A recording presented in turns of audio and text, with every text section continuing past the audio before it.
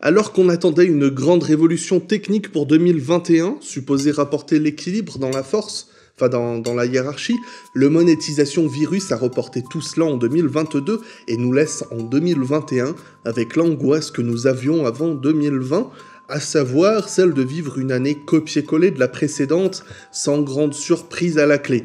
Cependant, malgré le gel de développement des châssis, 2021 va apporter son mini-lot de modifications qu'on va passer en revue aujourd'hui. Alors nous n'allons pas parler des transferts de pilotes et de tout ça, ça on le garde pour les petits guides réservés aux équipes qu'on va continuer jusqu'à la rentrée, mais on va vraiment parler du côté chiant, du côté technique et de ce que ça peut apporter.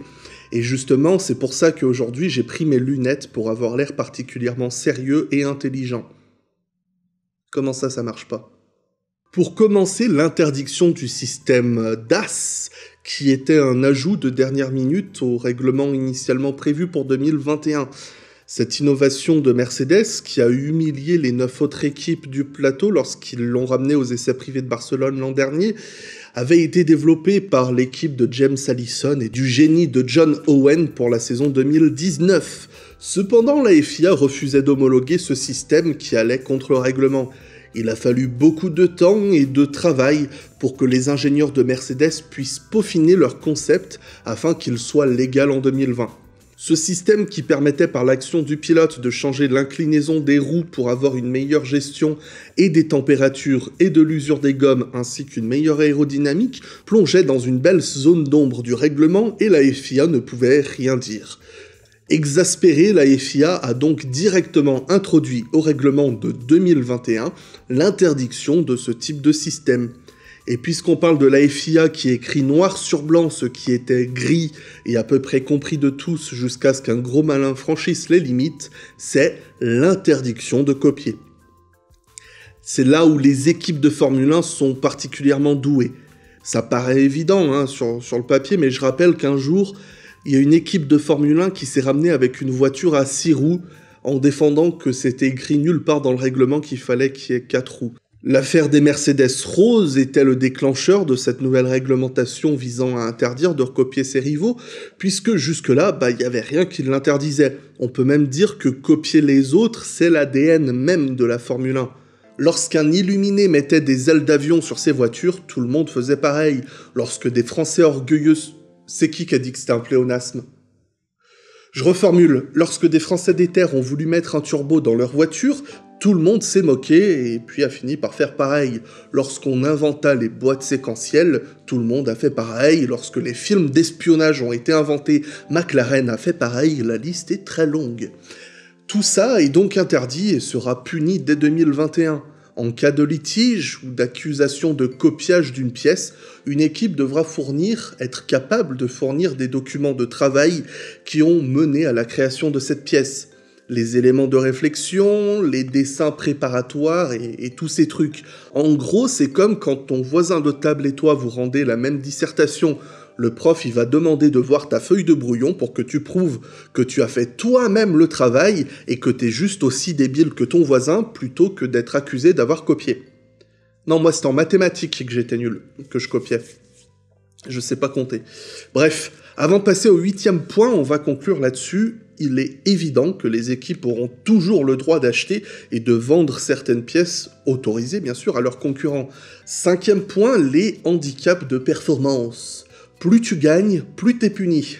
Première révolution majeure dans cette nouvelle réglementation, ça commence par le cap budgétaire qui est instauré à 145 millions par équipe, sachant qu'il sera ajusté à plus ou moins 1,2 million en fonction qu'il y ait plus ou moins de 21 courses. Donc à 145 millions, avec théoriquement 23 courses au calendrier, le cap de cette année est instauré à 147,4 millions. Ce cap inclut uniquement le budget qui est dédié à la performance, donc tout ce qui est recherche et développement, production, frais de participation au Grand Prix et les salaires des membres de l'équipe, excepté ceux des pilotes et des 3 salariés les mieux rémunérés de l'équipe. Comme prévu dans le règlement de 2022, ce budget continuera de diminuer d'année en année, mais on n'en est pas encore là. À titre d'indication, le budget de Mercedes en 2019 était estimé à 425 millions de dollars et celui de Haas et Williams à 150 millions. Évidemment, ces budgets comprennent des éléments qui ne sont pas inclus dans le cap des 145 millions, donc les petites équipes comme Haas, Williams auront toujours un budget performance inférieur au top team, mais ce budget sera considérablement moins éloigné des top teams qu'avant. Toujours sur les handicaps et dans le but de réduire les coûts, c'est la réduction du temps en soufflerie et en CFD, c'est la soufflerie virtuelle, pour toutes les équipes, avec des malus ou des bonus de temps en fonction de la position au championnat de la saison précédente. Qu'est-ce que ça veut dire ? Que la dernière équipe du championnat, en l'occurrence Williams, aura le droit d'utiliser 112,5% de ce temps maximal autorisé. Ce temps maximal va réduire de 2,5% pour la précédente, donc à 110% pour Haas, et ça va descendre ainsi jusqu'aux 90% restants pour les premiers du championnat, à savoir Racing Point. Mercedes, pardon, je mélange. Ce barème sera réajusté le 13 juin en fonction du classement actuel au championnat, en espérant que la saison ait commencé d'ici là. Nouveau point majeur du règlement, c'est des changements aérodynamiques qui ont pour but de réduire l'appui au sol pour offrir de meilleures courses et faire moins souffrir les pneumatiques Made in Pirelli.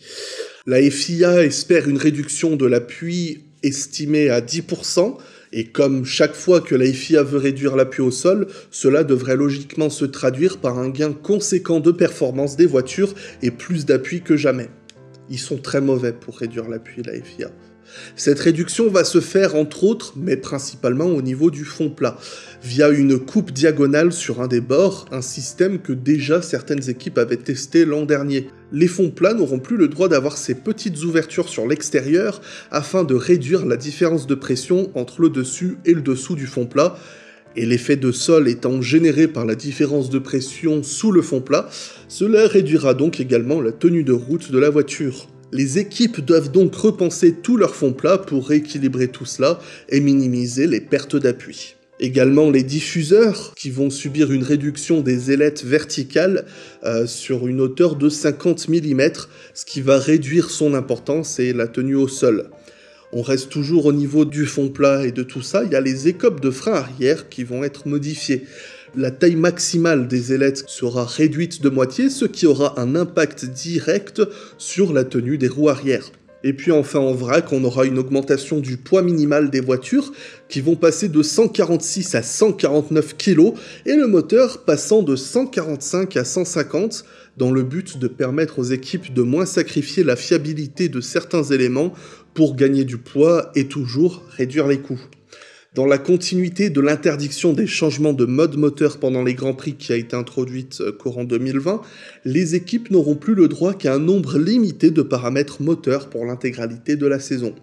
Et pour conclure, sur un point qui va un petit peu moins concerner les équipes, c'est la modification sur la structure des pneumatiques pour les renforcer et éviter de nouvelles explosions comme à Silverstone l'an dernier.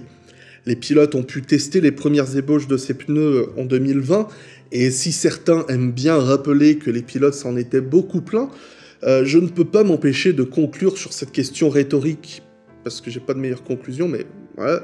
La question étant, c'est quand la dernière fois que les pilotes se sont pas plaints des pneus Pirelli ? Vous avez 4 heures. Non, t'as pas le droit de copier.